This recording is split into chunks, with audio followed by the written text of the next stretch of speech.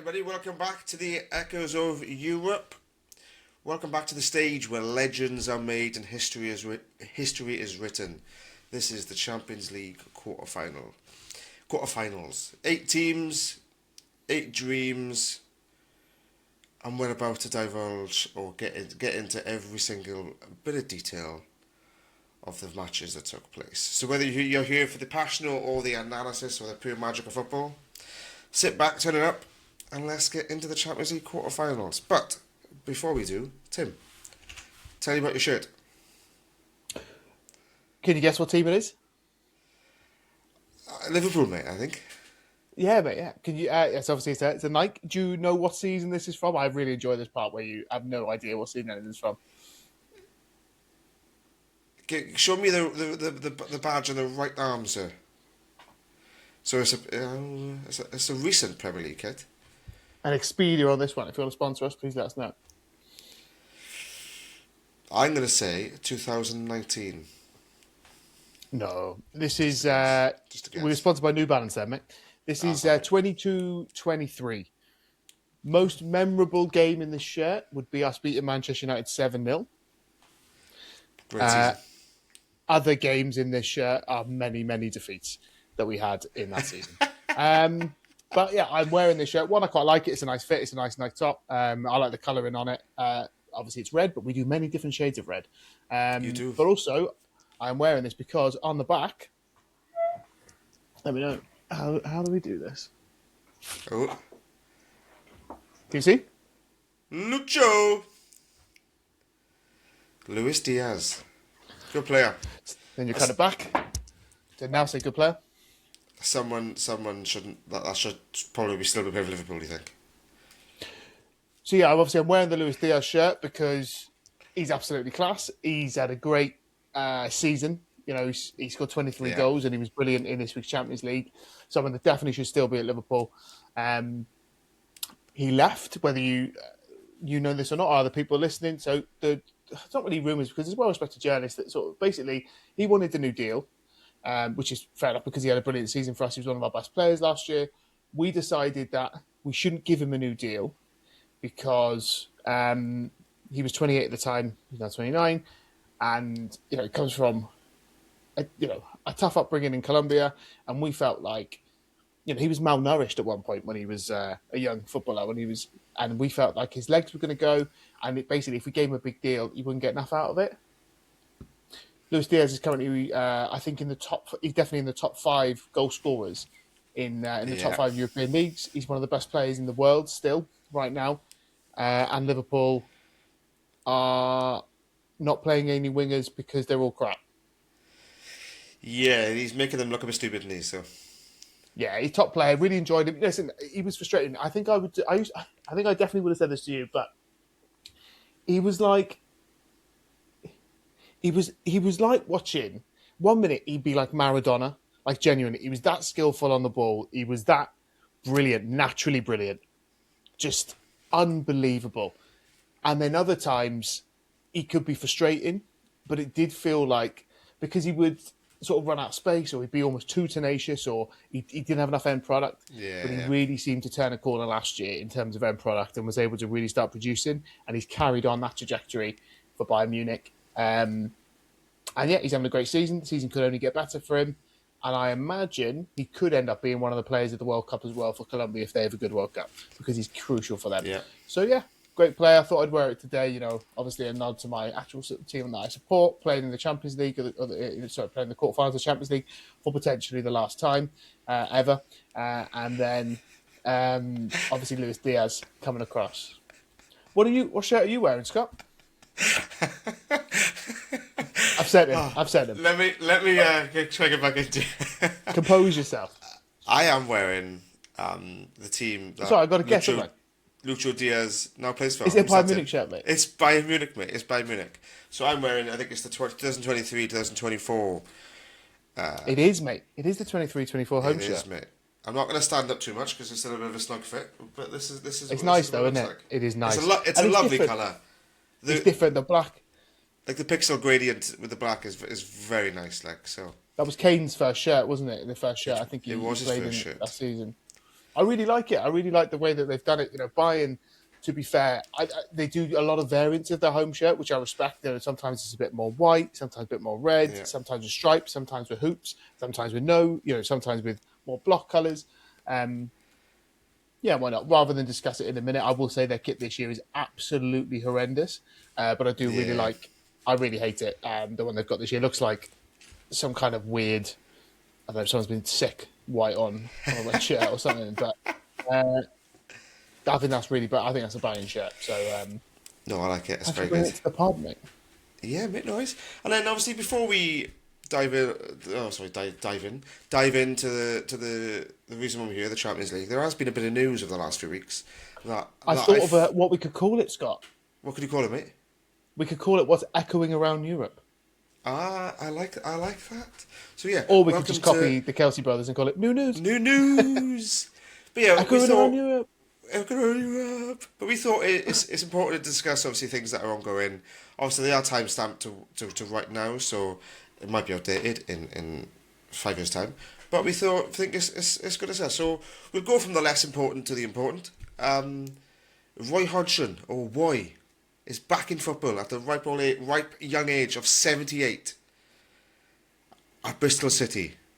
Tim, when you saw that news, mate, what was your first thoughts like? Well, I sent it to you, didn't I? Yeah. He's obviously back there after 40 plus years, 78 years old. Now, listen, 2 wins. I'm going to play nice. Because I don't like Roy Hodgson. He obviously managed my football team, did an awful job, said some ridiculously stupid things. Like Liverpool should be grateful, that a defeat to Everton when we lost 2-0 was, a good result. We should be happy that when we were 15th and stuff like that after the years that we've had when we've been whatever. The guy's an idiot. There's a podcast I listen to called The Anfield Wrap, which is brilliant, and they've got the Hodgson Files, which is a podcast that they did years ago, where basically somebody wrote down all the stupid things he ever said, and it's absolutely hilarious. I recommend anyone to go out there and find that. Really funny. No, let's not I take hate a him. piss here, mate. However, He's a good he's manager. old, 78. 78, yeah, very old. Listen, 2 wins, mate. 2 wins. it could be his last. But yeah, You never know in football if your manager's going to make it to the next game. you never know, mate. And it's You probably never know. it's probably not the best environment for a 78-year-old man to be in. But It's a fair play power to him. I'm sure he's loving Power it. to him. Yeah, he obviously loves Power the game, to didn't he? him, mate. So His wife obviously hates him. Like it's class. he wants to get out of the house. And then moving on to obviously it's obviously, I think we loosely touched upon it in the last podcast, but it's been 2 bits of news now that surrounds your club, Tim. 2 players have announced they're leaving at the end of the season. Both, in my opinion, stalwarts and legends of the club. One of them being a footballing legend himself, and obviously that is Mo Salah. But obviously, we've announced literally about an hour or 2 before we recorded this podcast now that Andy Robertson is also leaving Liverpool. So, where's your head at, Tim? How are you feeling about the Liverpool going forward? Obviously, these are players that I thought would move on eventually. So Yeah. it's one of them, innit? Like, I think we did touch on Mo Salah before, and I think we will touch on Mo Salah in all his glory for years. However long we do this podcast, I'll be talking about Mo Salah. He is one of my favourite, if not my favourite footballer. He's my daughter's favourite player. And yeah, I love him. He is one of the, if not the best player that I've ever seen play for Liverpool. But we have touched on him, so I feel like it's only fair to focus on, again, someone. Let's keep the superlatives on the go. Where Andy Robertson is the best left back I've seen in my lifetime play for Liverpool. He's arguably the best left back Liverpool have ever had. He's an absolute legend. He's been there for 9 years. He's won 2 Premier League titles. He's won the Champions League. He's won a Super Cup. He's won a Community Shield. He's won 2 League Cups. He's won an FA Cup. He's won a World Club. He's a World Champion in terms of the Club Cup. The guy has won every trophy, every important trophy, available to him. He's an absolute legend, but he's also, if you're ranking Liverpool players from the Klopp era, who I'd like to go for a pint with, he's very near the top. If not the top, I reckon he's an absolutely class pint. He's just a top player as well. And that's the thing. You can say these things. He's also a top player. like no left back has got more assists than him in the Premier League. I don't know if he's overtaken Trent again yet on assists, because obviously Trent's been out of the league for a little bit, but either way, he's either second or top on Premier League all-time defender in assists. Yeah. So he's an unbelievable player. We find it very easy in Britain to idolise, because obviously we love our football, to idolise players from overseas. Your Roberto Carlos's, your Marcelo's, great left backs. Ashley Cole obviously was from this shores, phenomenal left back. So, but I think he's on their level, and I think he's up there with one of the best left backs of all time. And yeah, he's a really, really great player, and he's our vice captain. And listen, it's predictable. I knew he was going to go, so I wasn't shocked. Same as Salah, I wasn't overly surprised after this season when he said he was going to go, but it still sucks. And I'll be at his last game against Brentford, because his last game isn't going to be in Budapest in the Champions League final, because we ain't going to be there. So I'll be at his last game against Brentford. Obviously, I'll see a few more games. That they both play. From your perspective, Scott, where does he rank in terms of? I'm not asking for exact ranking, because even I haven't given that. But where do you think he ranks in terms of left backs that you've seen in the game? I think return on investment wise, he's definitely probably one of the top. I think he's number one for return investment. Because pittance, pittance. So return investment wise, I think he's definitely up there. The same summer, though, just to point out, we're not going to maybe say why this was a waste of money, but that Mendy bloke that went to Man City, the French one, that Mendy bloke, this is a great football podcast. Benjamin Mendy, there we are. He cost 50 million. And I think that was the same summer. But yeah, didn't they that's the average they spent on about 6 fullbacks in for Man City, don't they? So, but I do feel he's behind Ashley Cole for me, because I think he was a phenomenal left back. Yeah. But off the top of my head, I can't think of anyone else in their prime who I'd rather in my team, whether it be Ashley Cole or Andy Robertson, Leader as well. Modern football, great presser as well. Great presser of the ball. He leads in the pitch as well, you know what I mean. So I think he's someone that I think could really be missed off the pitch. Massively. Obviously, because you've lost quite a few leaders now over the last couple of seasons. Obviously, with Jordan Henderson leaving, Robbo leaving, Salah leaving. So it's going to be Milner leaving. So it's going to be interesting to see how. Divock Origi. Great goal. But yeah, I think it's a shame, isn't it? It's a shame to obviously for these two players to go out the way they're going out. But it's like you just said, it's expected. You know what I mean? They haven't. Like Andy Robertson's become a bit back player. Salah, we all know how good he can be, but he's falling off a bit. So I think the time is right for them to move on and hopefully usher a new path for whoever's going to come in to take over the reins. Yeah. And then other players are leaving. Just to finish on, Bernardo Silva is leaving City, isn't he? Just to show this isn't entirely. He's leaving. Great player for City. Not a fan of him as a bloke. Really enjoy when he refused to clap when he had to give us a guard of honour. Cheers, that Bernardo. And really, obviously, really, really good player. Great servant for City. Someone that's popped up in all these different areas as well. Played so many different positions for City. So versatile. Really, really good player and a good leader, obviously, for City on the pitch. Someone that fought and showed passion. And he's one of those players that in years to come, maybe not every, like when people are picking best Premier League 11s or best this and that, he doesn't get in them. But if you genuinely were building City's best 11 for the Guardiola era, he needs to feature in it because he's been that important for them. Yeah, he's vital to the way they play in these. So yeah. So that's what's been echoing around Europe, mate. Yeah, it has, mate. But let's now get into the reason why we're here. The Champions League quarterfinals. It's gonna be exciting. So Champions League, first leg, quarterfinals. We head to Lisbon. So Sporting Lisbon against Arsenal. Sporting, obviously, going into it, had won all 5 of their Champions League home games this season. In that as well, they've beaten PSG. Which I think is pretty impressive. Arsenal, of course, had no Saka, which based on his recent form might have been a good thing. But of course, all jokes aside, he is an absolutely top player. So I'm sure, looking at their front three, I definitely was a bit like, oof, Trossard with, Gokeres, someone who we talked about on the previous pod, and definitely didn't trigger any Arsenal fans. Sorry, mate. I can't see them, mate. And Madueke. So yeah, but ahead of the game, I said that David Raya would be key, and he Spot got man on. of the match. He got man of the match. So Arsenal, of course, go away in Europe. They come away with a 1-0 win. We'll talk about the goal in a second, but I just want to talk about their approach. I'm actually going to give them some praise but it's going to come in a weird way. They're awful to watch. They don't create very much. I don't think they're really an elite team that they'll be remembered that way. They will win the Premier League. They might even win the Champions League. When you go away to Europe and you set up like they did, you have to win. So I'm a student. That sounds wanky. I'm someone obviously that grew up watching Houllier and Benitez teams in Europe. So we went to the new camp and got a 0-0 draw against Barcelona in a semi-final Europa under Houllier.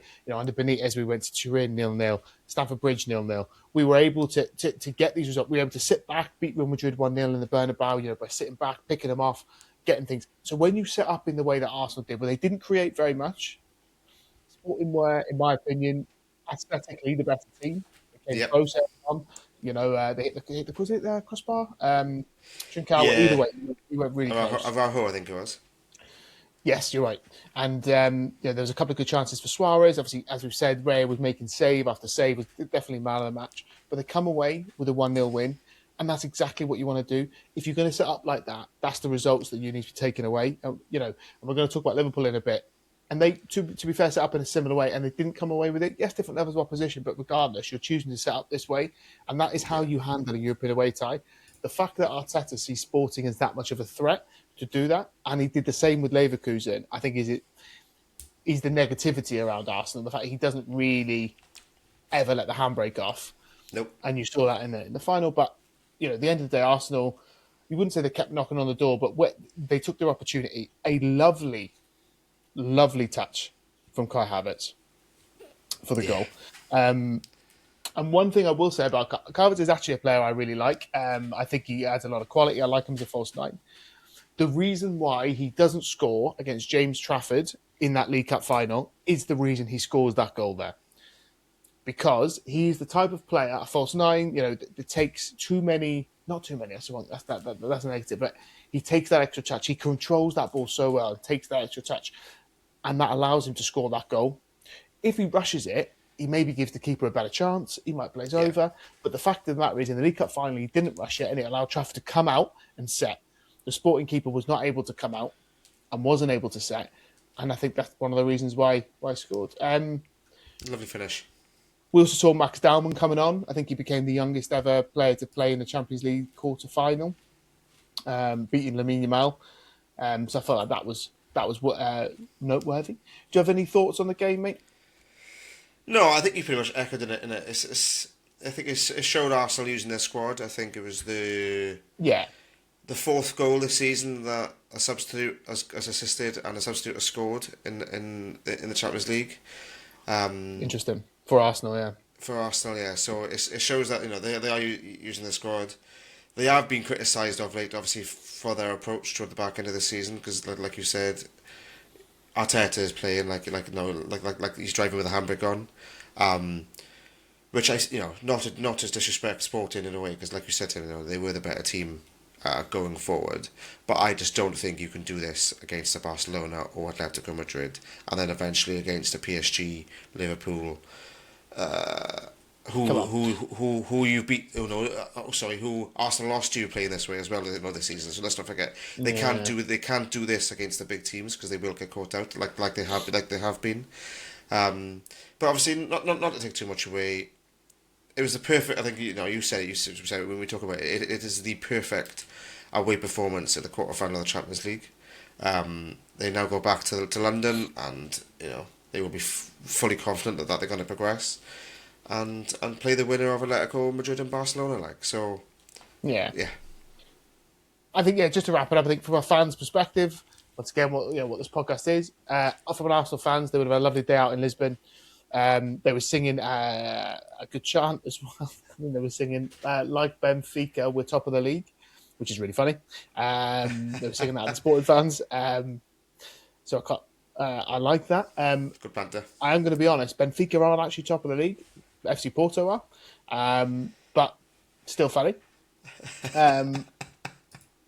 Maybe shows the unintelligence of some of that away crowd, but all good. I think for Arsenal fans, they've had a good day out. Banging City, the weather looked class. Sporting get to go to North London with hope, which I think for a Sporting fan, they're playing their first quarterfinal we touched on in 60 years or whatever it is. That's class. They get to go to London with being like, if we nick a goal, get an early, something can happen. They are still in the tie. They're not the favourites. Of course, Arsenal are more than likely going to progress, and I would back them too, and you'll back them too. But yeah, definitely something cool. In terms of the kits, I really like Arsenal's away kit. I think I think Arsenal's away kits, in my opinion, should always be yellow and blue, or that sort of that bluey grey number that they sort of wore, because it reminds me of the old sort of bluey grey they had with it, the O2 sponsorships from back in the day. So I kind of like Sporting's kit as well. It does obviously feel very, very Celtic, I would say, the Sporting kit. Yes, it's the hoops. The hoops. But yeah, and obviously there was a cool little tifo, weather looked banging, and onto the second leg. And obviously while we're on the second leg, obviously we're going to cover who we think 100% is going to progress definitively at the end of the show. So stay tuned for that. And now we're off to Madrid. Real Madrid versus Bayern Munich. And I think if you look at this on paper, it was exactly what you'd expect from this sort of game. Two massive clubs, loads of history, big personalities, and for me, it was a fairly open game. I thought both teams played quite well. Both showed their qualities going forward. Both showed some of the qualities in defence. But yeah, no, I think overall there's two very good performances from two good teams. Just to go through the team, I think it's two players I should probably discuss for put a keynote on. One for a very good performance, and one for not such a good performance. So you had Manuel Neuer making his 131st start in the Champions League, which is phenomenal. Phenomenal. I think 40. Only Iker Casillas has got more. So it's quite impressive. And the other player I want to touch on, because if I didn't say his name, you might not think he played the game, and that was Carreras. Because I think out of all the players on that pitch, out of the 22 men on that field, I think he was arguably one of the worst players. I don't think it's arguably. I think he is the worst. Yeah. He was a left back that was playing like a right winger or a striker at times. He was absolutely all over the place, But no, I think obviously Bayern Munich came away 2-1 winners. I do think that was kind to Madrid, because I think Jonathan Tah almost scored in the sixth minute. If that was anyone else, that's a goal. A shot to Tah. I like him, mate. I think you found Valverde, Vini Jr. and Mbappe were trying their best to get Madrid back into the game. But there's only so much they could do by themselves. So before we get into the little nicks and crannies of the game, mate, have you got any thoughts about this game yourself? Yeah, it was class, wasn't it? I think it was arguably the tie of the round. We said that before, but in terms of actually the game itself, absolutely brilliant. Really, really enjoyed it. Really enjoyed. So there's a few performances that obviously stood out. Luis Diaz, I thought, was brilliant when called upon, which I'm sure you're going to touch on in a second. Harry Kane, I thought, wasn't 100%. It wasn't a total performance from Kane, but in terms of turn up in the right moment, his goal after 20 seconds of the second half was Bayern Munich, second earliest on record. Such a good finish as well. Moussa Merengue. Second earliest on record for any team, since Moussa Merengue for Porto against Juventus in February 2021, which was 19 seconds. Neuer was phenomenal at the age of 40. Harry Kane became only the fourth player to score 30-plus Champions League goals for Bayern after Lewandowski, Müller and Gerd Müller. So Thomas Müller and then Gerd Müller. Lots of Müllers. Müller Light, Müller Corner, Müller Rails. Great beer. Great alehouse. That's Miller. If you know, If you know, sort you of. know. Maybe, if you're very niche. If you're being Scottish and like to visit certain areas of Florida or in Orlando, then you know. Other holiday destinations are available. Nah. We're completely off track now. Yeah, really enjoyed the game. I actually, in terms of the performances, I thought Bayern were really, really good. They finished level on shots, didn't they, in the end? But I actually thought Real Madrid, despite some of the mistakes, I thought Trent was brilliant. I thought Carreras was really letting him down for the goal. I think too much has been made of Diaz running off him. It does happen. Carreras, if he's higher, then he's offside. Diaz. Carreras, So who when he deep. played against Liverpool, was crap. I think he's crap. I think they've wasted their money. Trent's passing was phenomenal. Not just the assist, which was sublime. Yeah. Mbappe, takes the chance he needs. Vinny wasn't very good. I can't help but think if Real Madrid had a proper number 9 to play alongside Mbappe or slightly in front of him, it would serve them better than Vinny Jr. But yeah, I thought it was a brilliant game. Advantage Bayern, obviously, but genuinely a really good Yeah. game. I agree. I think you touched Talks on for it. I was going to say. talks for the goals, mate. So, you just mentioned the first one there now with Luis Diaz. It was a lovely Lucho. finish. Lucho, a lovely finish, a good bit of play. But what Carreras is doing and being almost like 4 or 5 yards behind the line is absolutely ridiculous. Like, and obviously for me it was his fault. That they went a goal down because everybody else seemed organised apart from him. And then obviously, like you said, Trent has been known in the past for his poor defending, but I don't think you can put this on him. He was stepping up near the man, and it's just And I think if Carreras wasn't there and in the line, Trent would have played him offside. And Yeah. other than that, I think Trent had a very good game. Yeah, he actually The did quite well defensively, I felt, as well. Yeah, and Lucho's against finish was good as well.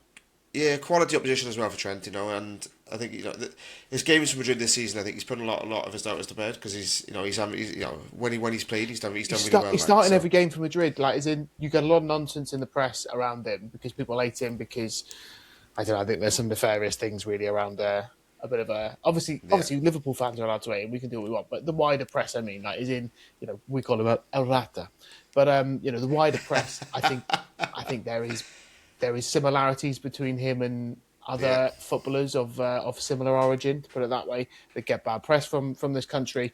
But on to, the Lucho goal I thought was really strong. One thing we haven't mentioned as well is obviously Courtois was missing for Madrid. He was Lunin, mate, and I think it was disaster just before 30 minutes. What the fuck was Lunin doing? Gnabry should I have think scored. if Courtois playing, Madrid might have won that game.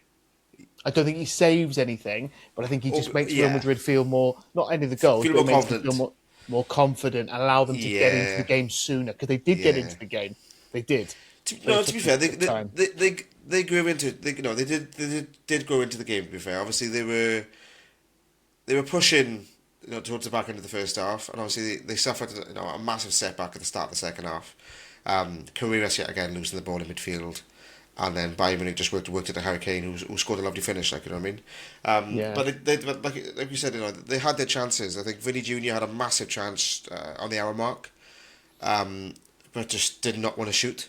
I think he had ample opportunity and ample time to chip it over Neuer. I know he's like 10 feet tall, but you think with a player of his quality, he should be able to do that. He just goes wide and wide and cuts the angle, and it's just not going to work out. He ended up in Zaragoza, so he was going wide.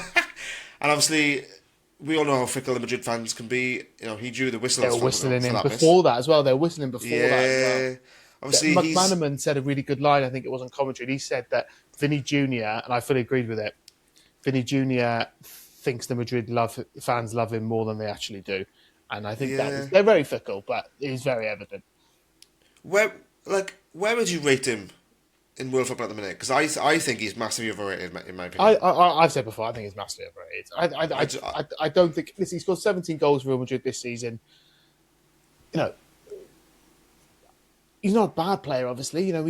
He's in a top something in the world. But no, in Yeah. terms of wingers, I'd rather have. I'll just quick fire without thinking. Name wingers I'd rather have than him: Kvaratskhelia, Barcola, Doué.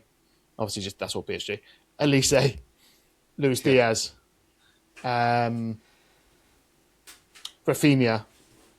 Lamine Yamal. There's so many. There's so many. I haven't named Yeah, anybody from the Premier League yet because we haven't got any yeah. good wingers this year.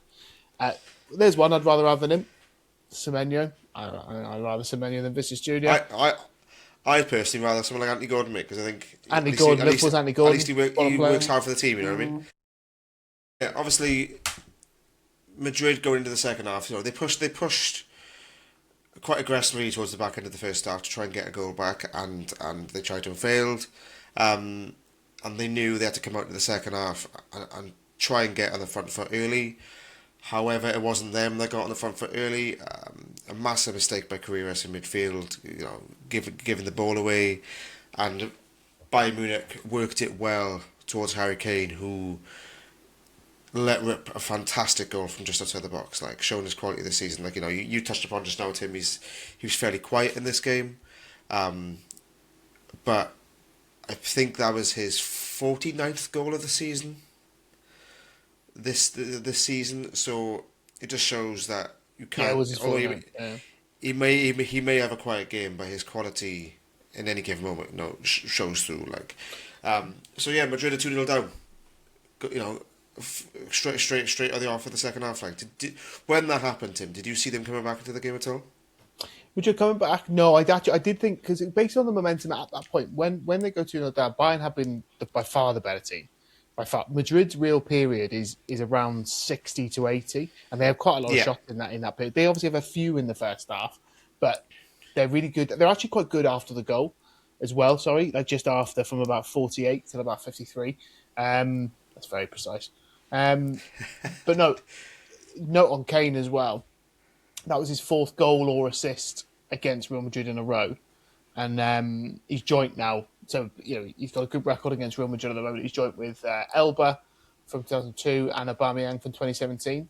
In doing that, if he gets a goal or an assist against them, obviously in the second leg, then it'll be consistent. He's obviously nursing an ankle injury as well, Harry Kane. Hence why he's dipping out of certain games, not starting them. So it's interesting that Bayern are managing that, and I think they're doing it well. He's not involved massively in the game, and no, I thought Bayern would be able then to potentially get a third and to completely see it off, but of course they didn't. They didn't. I think Madrid pushed on, like you said. They had a really good spell, probably from the hour mark onwards. Yeah, hour mark. Yeah, I'll say that. Vinny Junior, although we've criticised him so far, he created a lovely opportunity for Mbappe. Obviously on the left hand side, but Mbappe just couldn't bend the goal into the far post. But you got to talk about, when you think of Trent Alexander-Arnold, you think of one thing, and that is the delivery of a football. And arguably, me and Tim have discussed that a lot in the past. At the height of Liverpool and Man City's rivalry, Kevin De Bruyne and Trent were by far the two best deliverers of a football. And that cross for Mbappe's goal is fucking exceptional. It's inch perfect, isn't it? It's absolutely inch perfect. Then it's inch perfect, pace perfect. It's just perfect. He knows Mbappe's pace, so he knows if he plays it in that area, Mbappe will win. If he plays it too short, the defender's going to clear it. Up in Meccano, I think it is. It was brilliant, absolutely brilliant. Mbappe gets the goal. We said Mbappe would be key, Kane would be key. Who's going to take their chances better? Bayern took their chances, obviously, because they had the exact same amount of shots. They had almost the exact same amount on target. But Bayern obviously go through. Leave the first leg in the more positive. And the Bayern fans as well were having an absolute blast. Having a great time. Madrid fans, of course, were just being Madrid fans. Potentially paid actors. Who knows? But Tim full of shade tonight. It's just fun, isn't it? No problem. One thought as well. I really like Madrid's home kit. We haven't talked about that this season. I really like it. It's a nice little throwback to some old Adidas kits. I really like it. It's nice. Business. It's nice, mate. I said that, I've got a Madrid kit and I do like it. So no, to be fair, it is a nice kit. It's one of those iconic kits in it, so it's always nice to see What a about nice this Madrid season's kit. kit Like though? so, Not I know, just mate, generic. but it's nice, mate. It's nice, Here's mate. a fun stat I saw to end this for you, mate. Ronaldo has 25 goals at the quarterfinal stage in the Champions League. 25 goals. Greatest of all time. Johan Cruyff, Maradona, No, Pele, Steven Gerrard. CR7. Don't put Jared in the same breath, You're mate. right. He's better. You're right. Um, Mo Salah. You've got a tough week, mate. I'll give you that, mate. Mo Salah in his Back to prime, Gomez. potentially. Oh, mate. That's two Give it to back-to-back me. podcasts. We've got Gomez in now. But the next, obviously, the next on the list is obviously the actual best player in the world of all time, Lionel Messi, 12. Then Raul on 10, and then Inzaghi and Shevchenko both on 9. Stat, mate.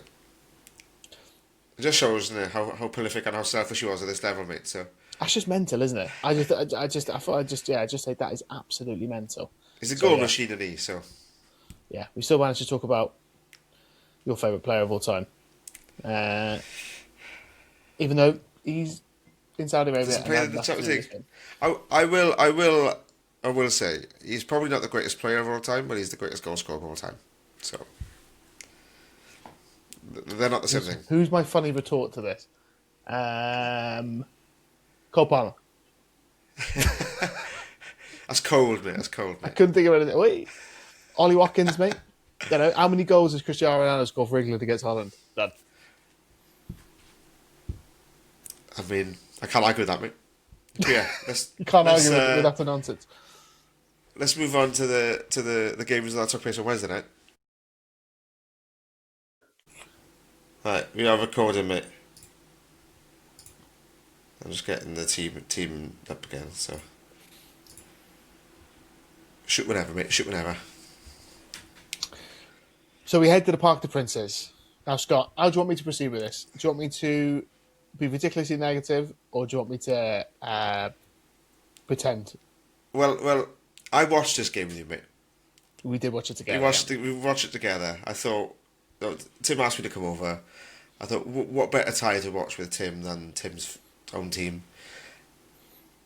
So just, mate, be your true self, mate. Take me through everything, mate. Take me through. Yeah, well, we'll go through the night. So obviously the stage is set, Parc des Princes. Atmosphere is absolutely bouncing. PSG do a boss tifo with the Hulk Ripping the crest apart. ripping the crest apart. Classy move. Now, the big question on the night was what kit are PSG going to wear? They went for their standard home shirt. Liverpool, of course, left Salah on the bench and went for a back five. As we briefly touched on in the Arsenal game, I can be okay with it as long as you get the result. It's not how I want to see a Liverpool team set up. Liverpool are 6 times European champions. We are European royalty. We do not allow anybody to sort of have the ball, and that isn't the way we generally play. In terms of that's not how we want to see Liverpool teams play. Not when we have the quality players that we do still have on our roster, even though they're not showing it. So that was disappointing, but I understood it for the game state, and I can respect it for a one-off game if it works. Some may argue a 2-0 defeat did work because they were tipping us to lose 4-0 or 5-0, etc. But part of me, I know it's stupid, but that's just a football fan in me, would rather see us go toe-to-toe and lose 3-0, but at least have some bit more hope. But obviously, yeah, we left Salah on the bench, which isn't a bad call. That's not a bad thing. Went for a back five. PSG didn't have Barcola because he's injured, so they had their still world-class front three of Doué, Kvaratskhelia, and Ousmane Dembele. The game started, and I thought Liverpool were unlucky with the deflection. Yeah. There's arguments the players could have closed them down slightly more, but I really think that is nitpicking in terms of now I've looked at it on reflection the day after. It is a massive deflection. I think Mamadashvili is unlucky, really. But Liverpool don't collapse when we concede, which we've done quite a lot, so that was a positive. We then, the gaps are far too big in the team between Ekatike and Wirtz. They really failed to influence the game. In terms of Verts, every time he was on the ball, he actually looked like he made something happen, but we couldn't get him on the ball enough. Ekitike, he's a brilliant player. He's going to be probably one of my favourite strikers to ever play for Liverpool one day. Obviously, I'm not saying he is now. He's nowhere near that because we've had some boss players. But he was so frustrating. Every time he got the ball, he was doing stupid flicks. He couldn't hold the ball up. He was making the wrong decisions. The one time, it did work. He did a great back heel flick. But Liverpool had 3 shots the entire game. And what's mad is it did feel like we had more chances than that, but we never actually got the shot away. No. And it's just, their keeper is crap, in my opinion. Their keeper is genuinely terrible. And I think he looked uncomfortable. And, we didn't trouble him enough. He's crap enough. And, he didn't have to make a save enough. What was the point enough? I keep going enough. And so, we had no shots in the first half for the first time since April 2021 when we played against Madrid, which was an awful second leg, I believe. We ended up drawing 0-0 after losing away. I remember just training ground as well. It just felt like Liverpool were really far away from threatening PSG. And then at 2-0, Mamardashvili, Kvaratskhelia runs off Gravenberch. There's an argument to say, why is Gravenberch in a back 5? Why is Gravenberch the one he's running off? That doesn't make any sense, but we move on. Mamardashvili, Kvaratskhelia, class player, of course. I think he even said who scored the first goal. Due, really good player. PSG, full of good players. Kvaratskhelia, one of my favourite players in Europe. Loved him since his Napoli days. Not since his Tbilisi days or where he was before, but Kvaratskhelia runs through, and Mamardashvili just kind of watches him go past. I think Mamardashvili does pretty well on the night, mostly. For a start, he does make a lot of good saves. We were impressed with some of his saves. I think he was the highest rated player, mate. Yeah, and probably deservedly so. I think Joe Gomez was really good. Konate and Van Dijk were a bit mental. I think Van Dijk was poor. Konate was a bit of a madman as well, wasn't he? So. But Konate did make a goal-saving tackle. Phenomenal tackle. And he also made some opportunities going forward. So he had a crazy game. Yeah. But I felt Van Dijk was poor, Ekitike was poor, and I felt Dominic Szoboszlai was poor. And on reflection, I just look at Florian Wirtz and I'm just like, we've got to have, next season, we need to find a way to make him the main character in this team. Yeah. And if this manager can't do that, then he shouldn't proceed. If this manager can't motivate this team, he shouldn't proceed. If this manager can't motivate our fan base, which he can't at the moment, he shouldn't proceed. And if we're going to, every time we come up against a better team now, this is the approach we're going to go, then he can't remain as our manager. So... It could have been far worse. It was a disappointing night. What did you make of it? Maybe give PSG some praise because I haven't done any of that because fuck them. It's difficult. Obviously you can't give too much praise to PSG without criticising Liverpool a bit, because I think the reason why PSG was so good is because they were afforded so much space. Much space. I think when you go to a foreign system. As you've alluded to, players, even though obviously we discussed that elite players can adjust to these sort of systems. They can adjust. They can, yeah. on the fly. But in these sort of big games, there is the level of uncertainty. Obviously, like for the first goal, there were 3 players in front of Doué, but whether it's just confusion or thinking, oh, I'm a bit too deep here because there's this, you're not really sure whose man it is to press or who when to press. But then, like as Tim you alluded to, Liverpool don't press anymore. It's difficult to see a way back. Obviously, you've had famous comebacks in the Champions League before. And obviously the biggest one was probably against Barcelona. But even getting beaten 3-0, your performance in that defeat gave hope in the second leg going to Anfield. Yeah.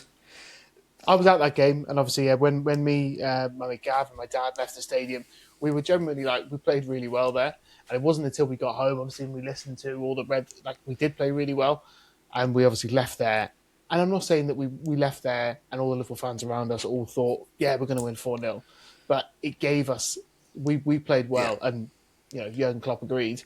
And we knew that we could cause Barca problems. What problems did we cause PSG last night? Nothing. Really. Yeah. it's few and far between. it's scary, and it like you said, you are whether recency bias makes people forget what you are. You are European royalty, and to set up like this, fair enough. It could be slot respecting where they are at the moment in this Yeah. this season, but to not even trouble PSG at all. A team We just didn't engage. We did not engage.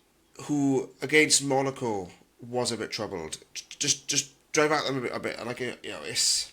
I just can't see a way. Although I'd love for it to happen. Obviously, PSG have got a break this weekend, and they can rest. Liverpool cannot rest until the season's over because they're still in a fight to secure Champions League football next season. They've got a tough game against Fulham this weekend, and then they play PSG on Tuesday. Sorry, mate. My father. So we play against Someone Fulham. play against Fulham. So yeah, it's difficult. Honestly, I do think he should get sacked at quarter's weight on Tuesday if he plays the same sort of system on Tuesday. I do think if he goes for a back three or back five at home at Anfield, I think someone will fucking murder him.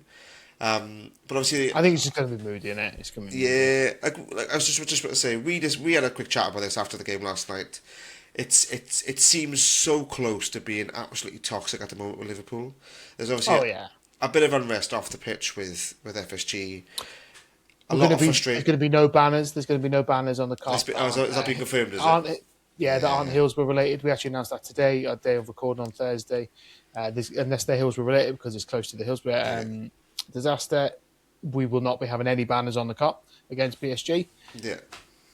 Listen, I will pretend and I will kid myself and I'll drink a couple of beers and I will believe that we can turn it around on Tuesday. And I'll talk myself into it because I'm going to the game and I want to enjoy it. I want to get behind my team. But I know I'm an optimistic Liverpool fan because I'm a fan, and that's the whole point. You're meant to get swept up and dream. In my opinion, that's what the point is, and in my opinion, that is the correct opinion. But whatever. But there will be lots of people there in the pubs around me, people I'm with, that will be not looking forward to it. That will think we have zero chance. That will the atmosphere, I struggle. Listen, if we go 1-0 up after a couple of minutes and PSG get a man sent off or, whatever, and there's something to whip the crowd up, absolutely, the crowd could change levels. But just on the surface, just a few days away from it, it doesn't feel that way. I'm sure when this podcast actually comes out, I'll be a lot more... If we beat Fulham, for example, I'll be a lot more positive.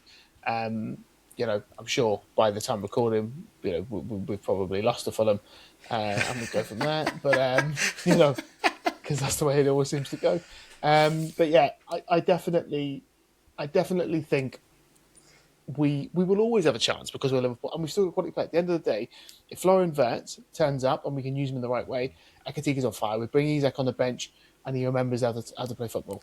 If we've got Dominic Szoboszlai pinging in a free kick, if, but that's the whole point. It's the whole point. I've literally seen Liverpool come back from every single situation. And so, why not? But at the same time, that is not, rather than there's not confidence that we will do it. I was confident against Galatasaray that we will overturn a 1-goal deficit. I was confident. And the crowd was confident, and we acted that way. We were aggressive, and we went after it from minute one. We've got to go after it. We've got to go after it. Yeah. For me, next season starts now. And I don't care to a point. I do care. But who's in charge next season? I don't care who's there. I do care. But we have to, Champions League quarterfinals for us, they have come around quite a bit, but we still shouldn't, you don't just throw the hat in the ring. We can't just say this is done. We absolutely can go through. We can. Doesn't mean we will. But yeah, it's going to be moody, I think, on Tuesday night. What do you think happens if you go a goal down early on? I do actually think some people will leave. I don't think the majority. I think some will leave. I think a lot of people will get very angry. Yeah. I think there will be songs for Jabi Alonso. We'll chant his name. Because that's the sort of subconscious way. I think I told you last year, one of my favourite things, one one of the things I preferred the way we treated Trent. The booing was a bit weird because he was wearing a red shirt. But what we did was when he was warming up, when he was on the ball, we were singing about Steven Gerrard because obviously he's someone that stayed and fulfilled, with Liverpool. But we were also singing about Conor Bradley. Every time Trent was on the ball, we were singing about Gerrard or Bradley, and I thought that was really intelligent, really witty, and that's what I associate with like proper Liverpool. In terms of, yeah, I imagine we will be doing something slightly witty about singing about Alonso or something like that. Because it's a reminder. We did it with Hodgson. We used to chant Daglish, or we used to chant Hodgson for England. Whereas obviously when I've been there, it's it's just toxic in it. It's like obviously Welsh fans are not as smart with that sort of stuff. We just tend to abuse our manager or abuse our players, like, you know what I mean. Whereas, we've booed him, but we're not going to sing a song against him. We're not going to tell him to get out of our club, etc. But we're gonna do it in our own way. But yeah, listen, PSG were really good. They're a banging team. They're definitely building now towards a really good European campaign. They've got quality running through their team, apart from a goalkeeper. And yeah, I think they're brilliant. And I look forward to beating them 3-0 in the second leg. And now we're going back to Spain for the other team from Madrid to play the other team that normally beats the other team in Spain. I thought I'd do another spin of my famous introduction for the last one. Throwback to your awful introduction. I love it. It was absolutely fucking class. We were about. On one side, you've got Barcelona, a team all about control and possession and breaking teams down. And then you've got Simeone in the other team, grit, discipline, willingness to throw bodies on the line. Shithousery, and everything else in between. Fun fact leading to this game, Tim, which I saw this afternoon. Without giving away the result, Simeone had not won in the Camp Nou for 19 matches. I was going to lead into it. Yeah, he'd failed to win at the Camp Nou on 19 occasions. Yeah, he never won there. Fucking as a manager. Mad. Which we didn't realise in our research before this. We did not, mate. We did not. Until today. Or yesterday. Until Wednesday 4 days ago when you listened to this. Yeah, until Wednesday night. It was a really good game. I think it was a really good game. I think it was more open than what I thought it would be for a Barca Atletico Madrid. Bear in mind that these teams have played each other quite a lot, including last weekend. And I think I can't remember the final score. 2-1 Barca. 2-1 Barcelona. So they've been involved in quite high scoring games. Obviously, it was a 4-0 win for Atletico. Yeah, not the 2-1. But and then it was a 3-0 win by Barcelona. So these are two teams that are really familiar with each other. Familiar. And there was chances early on for Barcelona. I think Rashford slotted home a lovely, well worked goal, but Yamal was about half a yard offside. Wasn't it? A big night for Rashford. Mate, I thought he was very good. Injured. I thought he had a very good performance. I'm going to go completely off piece here. Do you think he actually ends up at Barca next year? Permanently? I honestly think it depends on who's in charge of Man United. Bearing in mind, well, they've given away his squad number and stuff like that, and I don't think the Man United fans like him very much. Bearing in mind that Barcelona would obviously have to pay actual pesos. In that case, he does not go to Barcelona. I don't think, you know what? And I think he's earned his move because I think he'd be a reasonable price, but I don't think he will get his move because I don't think Barcelona like to pay for players. Yeah, they don't, mate. Because they have no pesos. They have no money, mate. No money. But no, I thought he had a very, very good game. I think there was a few chances that he had. Obviously, he scored in 70 minutes, but unfortunately, Yamal was offside. And it was a game where there wasn't a lot of clear-cut opportunities. There was quite a lot of fine ones. No, it was less than I thought, actually. Yeah, I think it was the only one I think that was really clear was the one that led to the eventual red card of Gobasi, which me and Tim having this on a separate half an TV. eye, yeah. we were baffled as to how the referee did not give a red card initially, Dog because so, dog so. it's ridiculous. But yeah, Alvarez findings Simeone, not the manager, who made a lovely run, and then Kabasi, took him out. And normally when this sort of happens and you get a red card and it's in a prime spot, you try your best to capitalise on the opportunity given to you.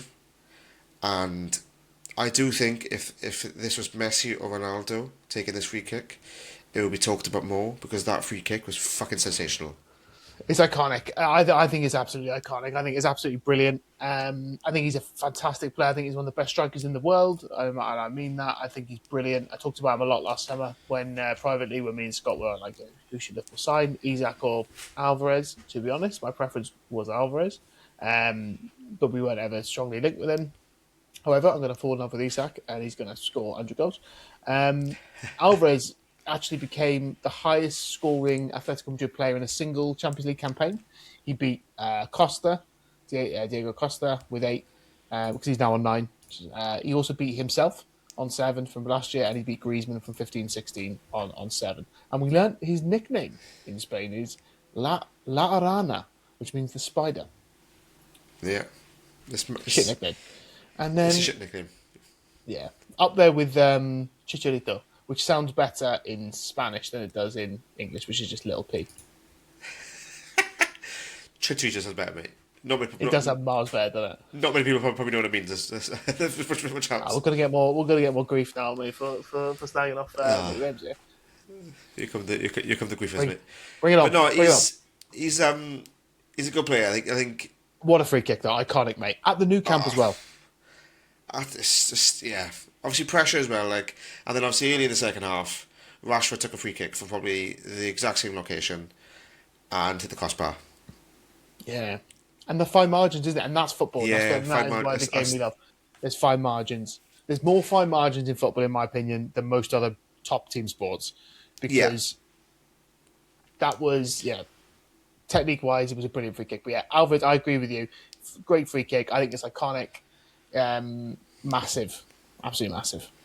Yeah, and then I think if you turned on the game from the second half, you'd probably think it was Atletico Madrid that were down to 10 men, in my opinion, because I think Barca were pushing. The momentum chart, mate. The momentum chart for this game is basically all Barcelona. Yeah, they were pushing and pushing and pushing to try and get a goal. They had more possession. They had more shots. Obviously, they created a higher XG. They created more chances. They outpassed Atletico so much, and yet Atletico came up with a second goal. Well, yeah, they made changes at 60th minute, and I think that was Simeone reacting to the pressure they were on. Yeah, they brought on Bayern and Soloth, and I think obviously Soloth had a very good display a couple of matches ago in the Champions League, and he can score a goal, and I think he scored a proper striker's finish, which is a little toe poke tap in 10 minutes, less than 10 minutes after coming on. You know what I mean? So, and it just leaves great squad depth as well. Great squad depth. Yeah, it just leaves him in full control going to the second leg, and obviously, Tim, as you mentioned a few times now, Simeone's record in knockout football at home. I keep going on about it. Never lost a knockout game. Never lost at home. And obviously, history was created with Simeone getting his first win in the Camp Nou. Will history be recreated again? And Repeated, him lose? some would say. Oh yeah, and him lose at home for the first time. You just don't know what to do, because Barcelona can turn it on, but I think at 2-0 it's going to be a massive ask for them to go to Atletico Madrid's backyard and come away with the victory to see them progressing. I tell you what, I really fancy them in the second leg, and obviously we're going to go through predictions in a bit. But I think it's important we still cover the games, because obviously we're just going to be reacting to them. I think it's good. I think Barca will throw everything at it. I think it'll be a great game. I have tipped Atletico to go through previously in our video, and actually, of all the teams left in the Champions League, this makes no sense because Liverpool's still in it. Aside from Liverpool, of all the teams left in the Champions League, they are the one that I probably would enjoy winning it the most, other than Liverpool, obviously. Let's just park that. Because I think it would just be class, and it'd be boss, and it'd be really great, and they'd have a lovely time. And yeah, it'd be horrible to watch. Yeah, Simeone's a wanker, but he's great. When you're not playing against him, he's great. Like, as in from I've never played against him, obviously, but from a fan's perspective, we're not watching the team play against him. I'm not sickly David Beckham. Yeah, when you're watching your team play against him, How boring, though, off topic, how boring do you think a Atletico Madrid Arsenal semi-final would be? I think we would enjoy it because It would it would be two teams. Neither the ball, right? Would be the ball. You know, a kickoff. It'd be stuck in the middle, mate. Nobody would be interested in it. Arsenal will be trying to take a corner every 2 seconds, and Atletico would just be kicking lumps out of them. Yeah. For those of you that watch UFC or MMA, look back. Damian Maia versus Anderson Silva. And that's a reference. Those of you that are not interested in that and like football, watch Atletico v Barca. Yeah, it's gonna be a good game. Look forward to covering it. Yeah, it's gonna be class. Really good second leg. Let's get into the predictions, mate. Let's talk about the rest of the stuff. Yeah, right. The stuff. As we've touched on before, when we go to games, we're going to talk about it. Usually the Liverpool games that I go to are part of maybe the Champions League, potentially. Not moving forward, and maybe not next season. But for now, Scott, you went to a game on Monday. Just gone, Easter Monday. Easter Monday. I finished work at 4 o'clock, was in the stadium by 4:30 for Swansea against Middlesbrough. There's obviously a bit of backstory going into this game, mate. Obviously, we now have Vitor Matos in charge, something who, for the most part, we're very happy with. But the man we were heavily linked with before his appointment, and the man who we thought had signed at 12 o'clock on a Friday or whatever day it was, and then announced that we didn't sign him at 2 o'clock on the same day, was Kim Hellberg. And the reason why we didn't sign him was because Borough came in for him very late, mate, and he decided to fuck us off and go to Middlesbrough. Rob Edwards went to Wolves, didn't he? Yeah. Same event. Yeah, and if I'm honest with you, they were a very good side. I think it's very rare in the Championship that you see true quality, and I think if we had him in charge, some of our players that feature under Matos would not feature, because Kim Hellberg seems all about high energy and quick passing, decisiveness, and a few of our players cannot do that. But yeah, obviously there was a lot of hope going to this game. We wanted to take something off Middlesbrough because of the Hellberg Matos storyline. In a way, the starting lineup didn't breathe too much confidence into Swansea City fans. Obviously, there's a player at the minute who is like Marmite, and you've got to respect him for what he is. And obviously, he is an academy player. He is Swansea City through and through, but I do feel if we want to progress and try and push for Premier League, Liam Cannon cannot start for us any further. He's so shown he can score a goal, and he almost scored an absolute fucking worldie right at the end. But he needs to just fuck off, mate. I can't. It's my first game with my brother in a while, and he thought I was a bit stupid and I don't understand what I'm talking about when I talk about Liam Cannon. And I don't want him. And Tim did ask me politely to not make this about the Liam Cannon show. Liam Cannon show. But I can't fucking. He's fucking shit. He presses like me on a Tuesday night when I play football. That's 5-a-side. He's fucking awful, mate. But then it's not just him. To be fair, I do feel Matos' changes were fucking shit, and I feel like I'm getting too much in depth here about the Swans a minute. But no, I think on the face of it, it's a 3-3 draw. 2-2 draw, sorry, with 3 penalties. Us having 2 of them. Looking back, their penalty was not a fucking penalty, but that's football. But if you look at it from a bigger perspective, obviously you'll hope that next season you'll be able to kick on with some new players. You, with that draw, have potentially made a big dent in Middlesbrough's automatic qualification hopes. Then they now look unlikely to go up, which means that they will probably have to go for the playoffs, which means that Kim Hellberg, despite turning down Swansea, you may have denied him the opportunity to go up to the Premier League. Yeah. They could not progress in the playoffs, and you could then still play him next season, and he's still in the Championship alongside Victor Matos next year. I think that's the petty class, isn't it? positive that you need to It's take. class, isn't it? Like, I think there are a few positives. Obviously, we've got the top scorer in the Championship. Whether he's still with us next season is a big question. I think. Will he for be the playing first in the time, Champions League? for the first time Paphos in looking for a striker, mate. Paphos, but for the first time in a while, we seem to be quite smart with our ownership at the minute. We've tied him down to a new deal. Whether that is to keep him here or protect the investment, you're not sure. But we hope moving forward, we get rid of some of the shit. Matos brings in some players that he wants and offload some of those players. Because obviously, let's not forget, he came in at a time where the Championship is an intense league, arguably the most intense second division in all of football, and it's very difficult to get going that pre-season. So no, he does fill me with confidence going forward to the next season, and we'll just see where we go from there. Like just gotta get rid of some of this shit. I look forward to the next instalment of this Culture Corner, mate, where you can talk us through your I wouldn't. But yeah, Jacks are going up. next season. Fucking bring on the fucking Bluebirds. Champions of League One. Oh, never mind. They bottled that as well. Never mind. Sorry. I had to end it on a positive. But yeah, Champions League. Predictions. Here we go. So now we're going to look back on the first legs with a couple of quick-fire questions and look forward to the second legs again with a couple of quick-fire questions. We can maybe take a little bit of time on some of it, but that was in English. Who's been the most impressive team after the first legs? Who are you most impressed by, Scott? That's quite difficult, actually. Do you want me to go? I was impressed by Sporting, but I think Bayern Munich's quality was still out to be like so.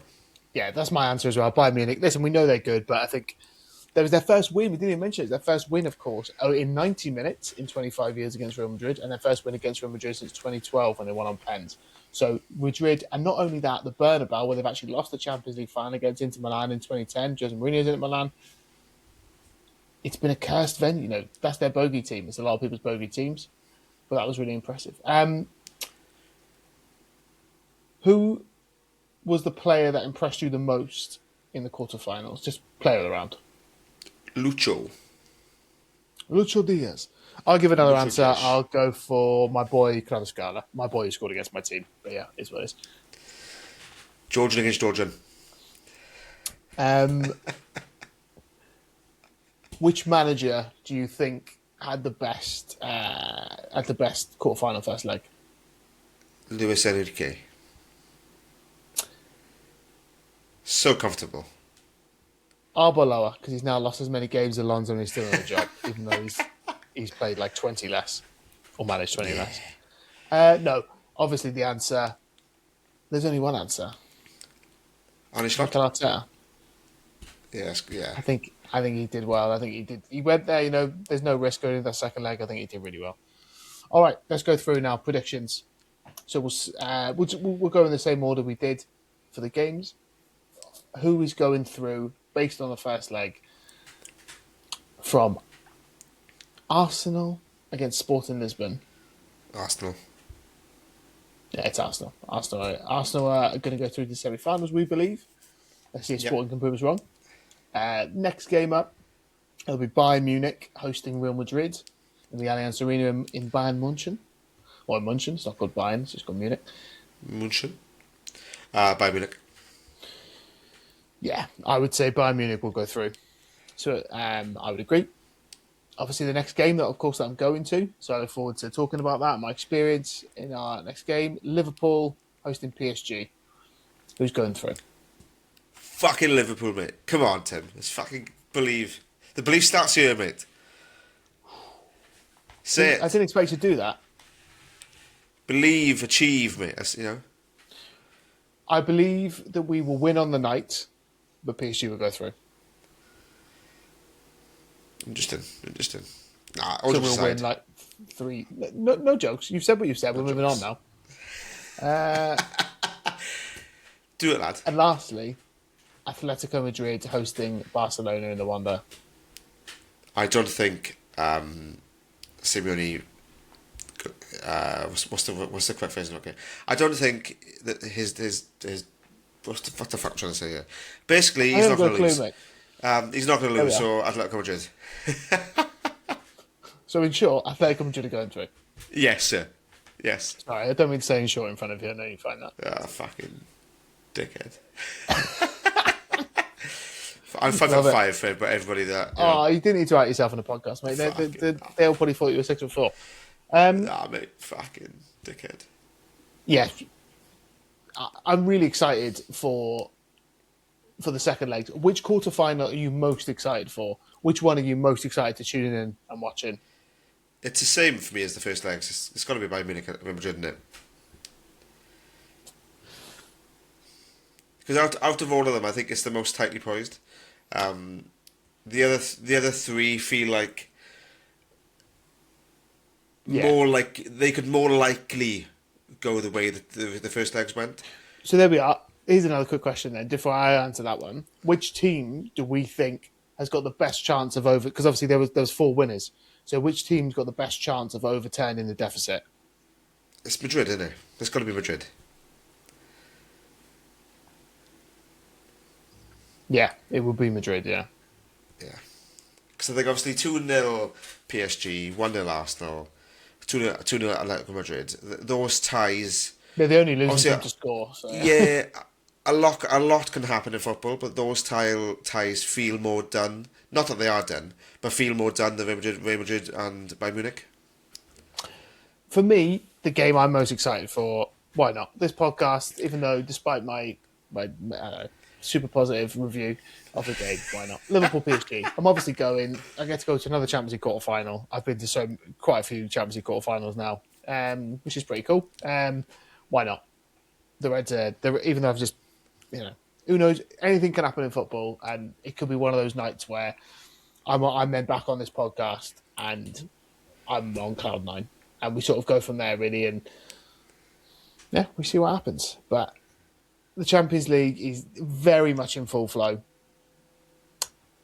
Do you want? So at the moment, remind us, Scott, who have you predicted to reach the final, and win? And do you want to change it? I am sticking. I am not twisting. It is going to be a Bayern Munich Arsenal final. I've also got Bayern Munich Arsenal, and I believe that. And I said that Bayern were going to win. I'm going to stick to it for now, but I might change when we get to the semis. Because why not? Be a laugh. Why not? Because I really think PSG are very good, but I also think Atletico could cause a little problem for Arsenal. Maybe more of a problem than Barcelona, even though I really rate Barca. But clearly. Yeah, but listen, it's been a great pod, mate. I really appreciate you joining me for this. Don't forget to like and subscribe. Those of you that are listening, watching, meditating it, whichever way you're channeling the Champions League fix into your weekly routine, we appreciate it. Really appreciate you guys coming along for the ride with us. On to the second legs. All the best.